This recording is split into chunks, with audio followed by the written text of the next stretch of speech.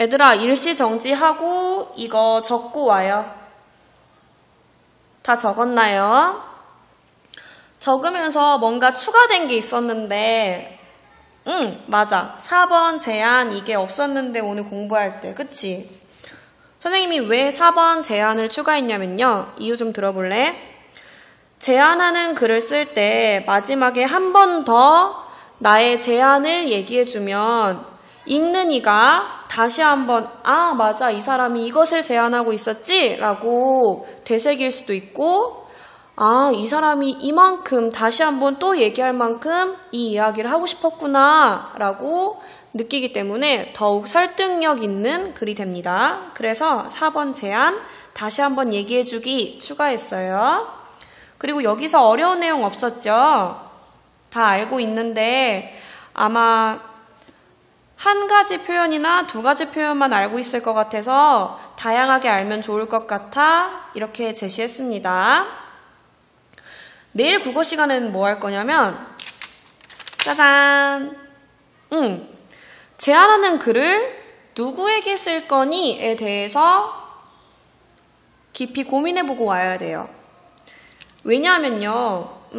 예를 들어서 학교가 너무 더러워서 학교를 깨끗이 만들고자 제안하는 글을 쓸 때요. 뭐 교장 선생님에게 쓰레기통을 더 만들어 주십시오 라고 쓸 수도 있는 거고요. 선생님들에게 선생님 수업 시간에 쓰레기 버리지 말자고 좀 더 얘기 많이 해주세요 라고 제안할 수도 있고요. 새말초 학생들에게 여러분 우리 쓰레기를 쓰레기통에만 버립시다 라고 얘기할 수도 있고요. 같은 문제가 생겼을 때 그 제안을 누구에게 하느냐에 따라서 글 쓰는 내용이 달라질 수 있습니다. 그래서 내일은 누구에게 쓸 건지 각자 결정해 와서 자기가 결정한 사람에게 제안하는 글을 쓸 거예요. 문제 상황은 선생님이 골랐습니다.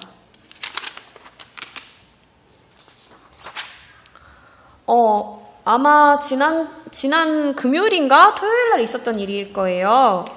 우리나라가 이렇게 있으면 여기 제주도 있잖아요.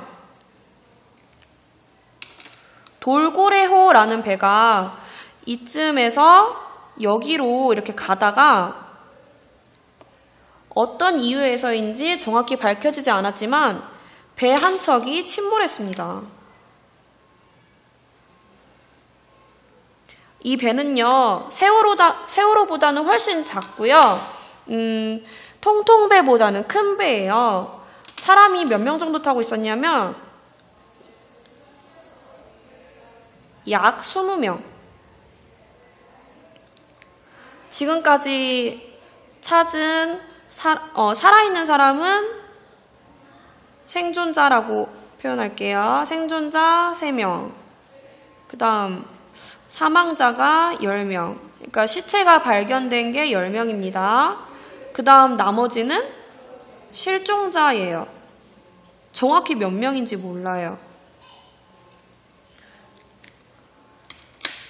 배가 어느 곳을 떠날 때는요.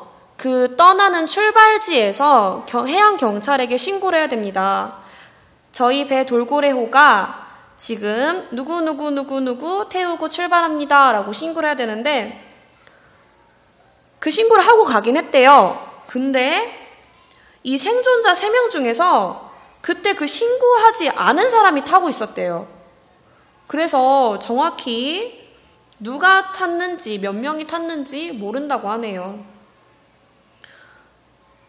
아무튼 이 배가 여기서 여기로 가다가 침몰했는데 이 사실을 어떻게 알게 됐냐면 침몰한 배 이름은 돌고래호고요. 비슷한 길로 가고 있던 배가 있었대요. 돌고래호 선장과 연락을 하고 있었던 돌고래 1호인데요. 돌고래 1호는 비슷한 곳에서 출발을 했는데 목적지가 같았대요. 목적지가 같은데 가다가 너무 파도가 심한 거예요. 비도 많이 오고. 그래서 돌고래 1호 선장이 돌고래호 선장에게 전화를 했대요. 아이고 날씨가 너무 안 좋은 것 같으니까 우리 다시 돌아갑시다. 이렇게 말을 했대요. 출발한 지 얼마 안 됐었다고 하네요. 그런데 돌고래호 선장이 잠깐만 이렇게 얘기를 하고 전화가 끊겼는데 그 이후로 연락이 뚝 끊긴 거예요. 돌고래호 선장이 대답한 잠깐만이 잠깐만! 이런 급한 잠깐만일지 아니면 잠깐만 이렇게 느긋한 잠깐만인지 모르겠어요. 하지만 어쨌든 돌고래 1호 선장의 말로는 돌고래호 선장이 잠깐만이라는 말을 남기고 전화가 그 이후로 안 됐대요.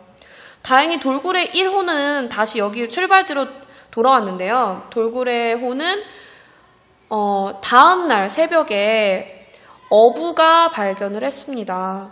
어부가 아침 해가 떠오를 때쯤 물고기를 잡으러 나갔대요. 근데 어디선가 시커먼 물체가 보이길래 가봤더니 고래인 줄 알았대요. 근데 가봤더니 사람이 이렇게 손을 흔들고 있더래요. 그래서 사람 3명을 구한 거예요. 이미 그 주변에서는 해양경찰 특수기동대가 열심히 찾고 있었어요. 배도 많이 떠 있었고 하늘에서는 헬기에서 밤새 찾고 있었거든요.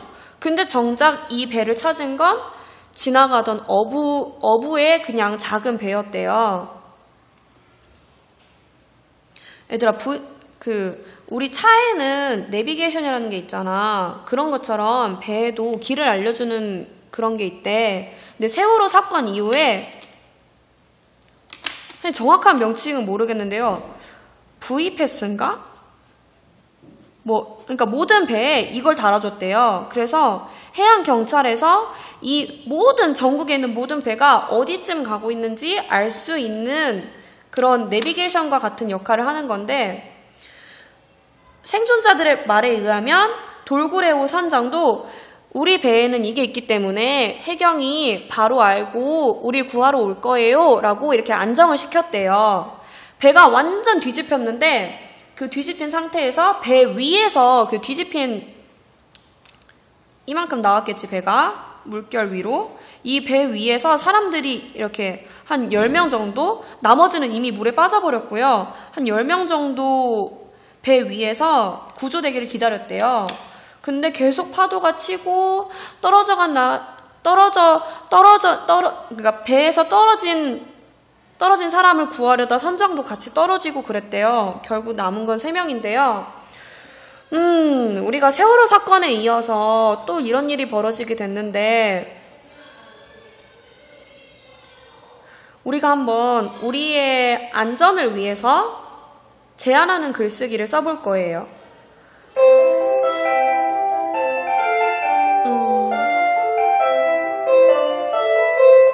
그렇다면 제안하는 글을 누구에게 쓸 수 있을까? 선생님은 해양경찰이 제일 먼저 떠올라요.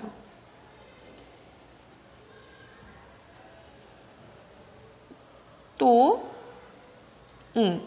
배의 선장님들한테도 제안하는 글을 쓸 수 있고요. 배를 타는 고객들에게도 쓸 수 있어요. 손님이라고 할까? 배를 타는 사람들. 그리고 또 이 기계를 만드는 회사에도 쓸 수 있고요.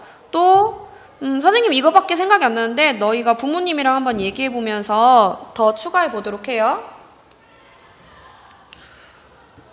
선생님은 해양경찰에게 제안하는 글을 쓴다면